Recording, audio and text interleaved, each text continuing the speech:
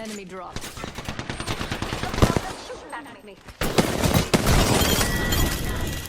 I looted our teammates' bag. Okay. I got. Round 1. Beginning ring countdown.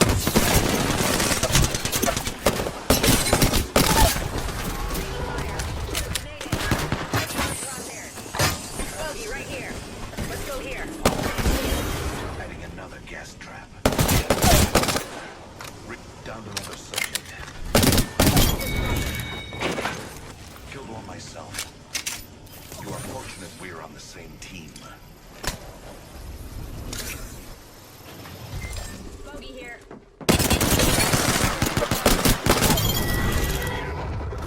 Last one down. Triumvirate. Beginning ring countdown. An enemy shield. Enemy down. Enemy down.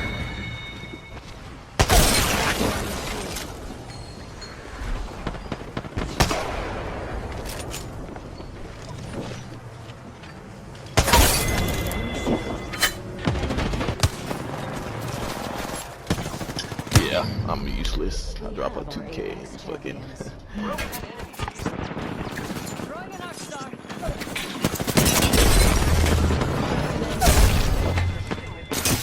Spotted an enemy shield.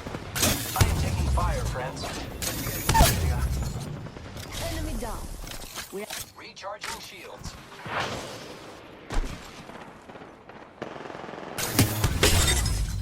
I cracked an enemy shield.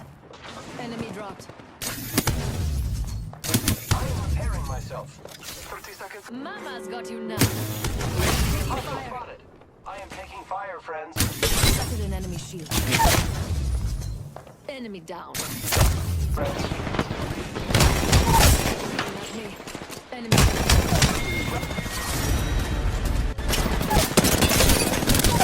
Time down. I have shattered a sub. You are fortunate we're on the same team.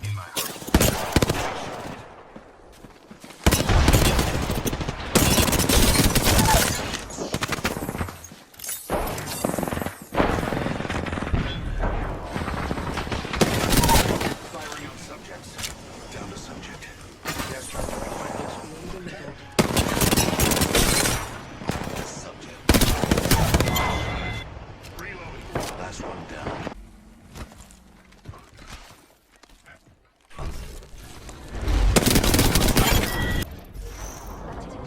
Delivering replicator.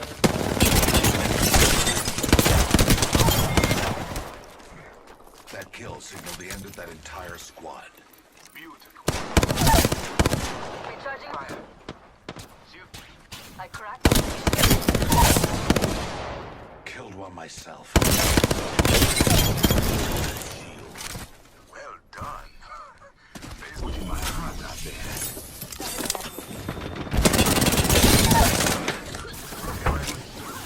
Subject down. Hold.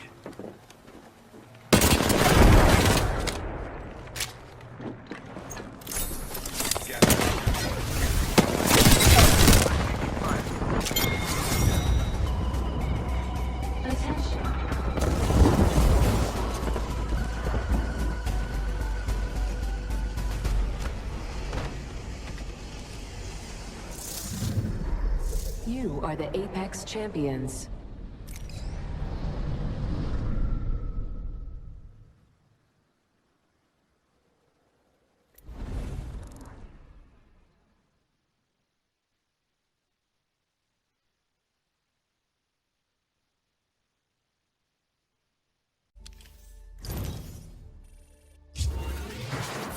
I'm a master. Mistress Loba has a nice ring to it.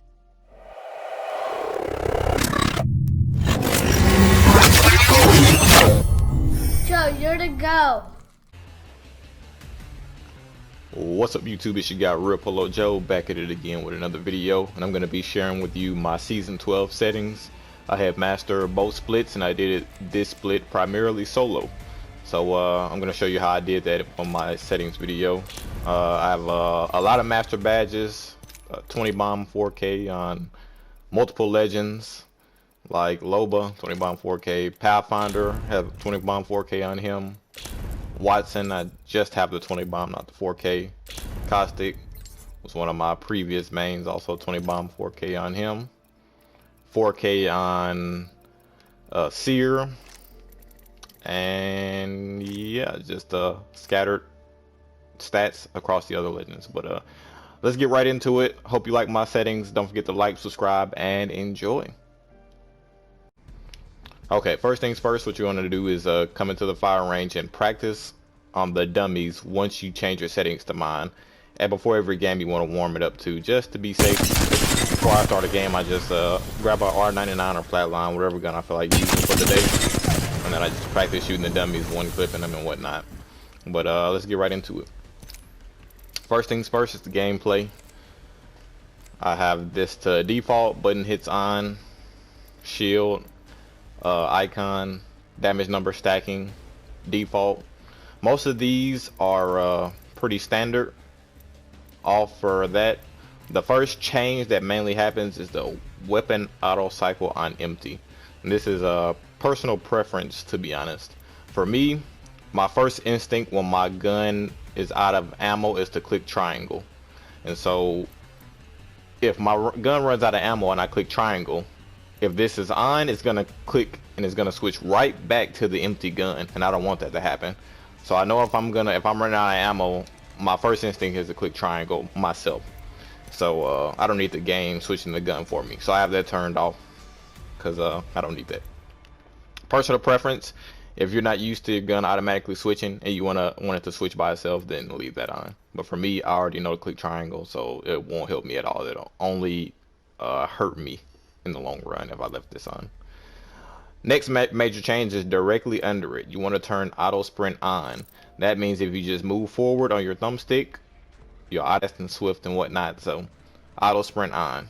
If there's a situation where you need to walk, then you probably should be crouch walking, because other than that, there's really no situation where you need to be walking. So auto sprint on. Whenever you're moving, run. Double tap sprint is off. You won't need that because you have auto sprint on. Jetpack control toggle. I don't play as Valkyrie or anybody like that, so I don't really mess with that. 3D incoming feedback. Everything else is on. Everything else on this screen is pretty standard. Colorblind mode off. Still debating on trying it out, but yeah, I just haven't. Reticle, you can customize that if you want to, but default's fine with me. The red dot. You can have a lot of fun though playing with different colors. I tried out a few colors before and I really liked it, but nothing hits as hard as the red dot, so I just keep it as default. And then everything else is normal. So the main takeaway from this screen on gameplay: auto sprint on is the most important one, and then weapon auto cycle is turned off. Not as important, but it works for me. So auto sprint on is 100% a big game changer. Next we have controller button layout. This is the most important thing of my entire settings right here, the button layout. So for button layout, I have customize, and my crouch is L3, and then sprint is circle. So you'll never use circle ever in your life with my settings, because you have auto sprint on, so you never need to click circle to sprint. And then L3, which is the button you move with, to crouch. Now the reason that is so important is because your finger is already on the left thumbstick to move, so it doesn't hurt anything to throw in a crouch in there, and it's just very smooth. You can move and crouch at the same time. Crouch spamming is made very easy because you can go left and right, forward crouch, back crouch, left, right, and it just makes everything a whole lot easier. So left thumbstick crouch button is very good. Now I see a lot of people have their crouch as the right thumbstick. The reason I don't do that is because I'm aiming and I want my aim to be very precise, right on target. And if I click the right thumbstick while I'm trying to aim, it could bring my aim down to the left, down to the right, or up, or somewhere that's not on the target, especially if you're not used to it. It can very much hinder your aim, and you'll be missing a lot of shots if you're trying to crouch while trying to keep precise aim. While it's on the left thumbstick, you don't need to be precise at all. And actually, the less precise you are with clicking the thumbstick, probably the better your strafe might be. So there's no errors when it comes to having your left thumbstick as the crouch button. And then, like I said, the sprint is circle. You'll never use sprint, and because you have auto sprint on. Now, something else that's big for optics like a 1x2 or a 2x4. So the only time you will use circle is to toggle zoom. And the reason I love this so much because on the normal settings, if you click the thumbstick on accident, you'll be going like this, accidentally zooming in and out, and that always messes up my aim. But since I never click circle, if I want it to stay like that, then it'll stay like that forever, because there will be no situation where I tap circle to accidentally go in and out, which is the most annoying thing ever. At least it was. And I haven't had that issue in a very long time, and I probably never will, because I will not change my settings anytime soon.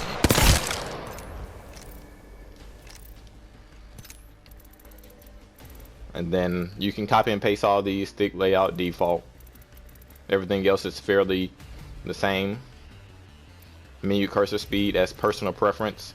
I have ALCs enabled with the small dead zone. Do not play inverted. Vibrations are on. A lot of people, that's also personal preference. I leave my vibration on because if I'm in a death box or something of the sort, I want to be alerted by my controller to know, hey, someone's shooting at you.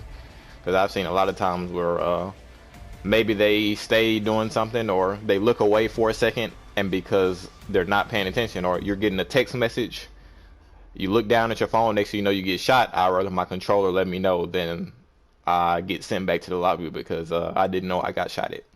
So that's just for me, personal preference. I take a look at my phone every game, so controller lets me know, hey, you need to pick the controller back up and put the phone down. My ALC settings are good for me. They work for me. So you can copy and paste it, pause the video if you need to, and you know, play around with it if you need to. Do what works for you. This is what works for me. But I highly suggest advanced look controls. They are much better than the standard look sensitivity. I have my field of view on 106. Works for me. I don't need the 110 because I'm very blind. I can hardly see as it is. 106 is just perfect for me. And then enabled and normal. Audio doesn't matter 100%. Everything won't matter. You probably won't hear footsteps anyway. But yeah, those are my settings. Hopefully they can help you get to the next rank.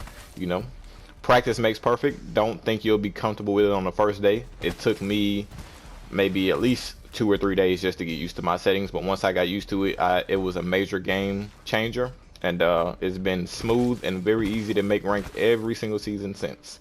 And hope you liked this video. If you did, don't forget to like, subscribe, and see you next time. Have a good one.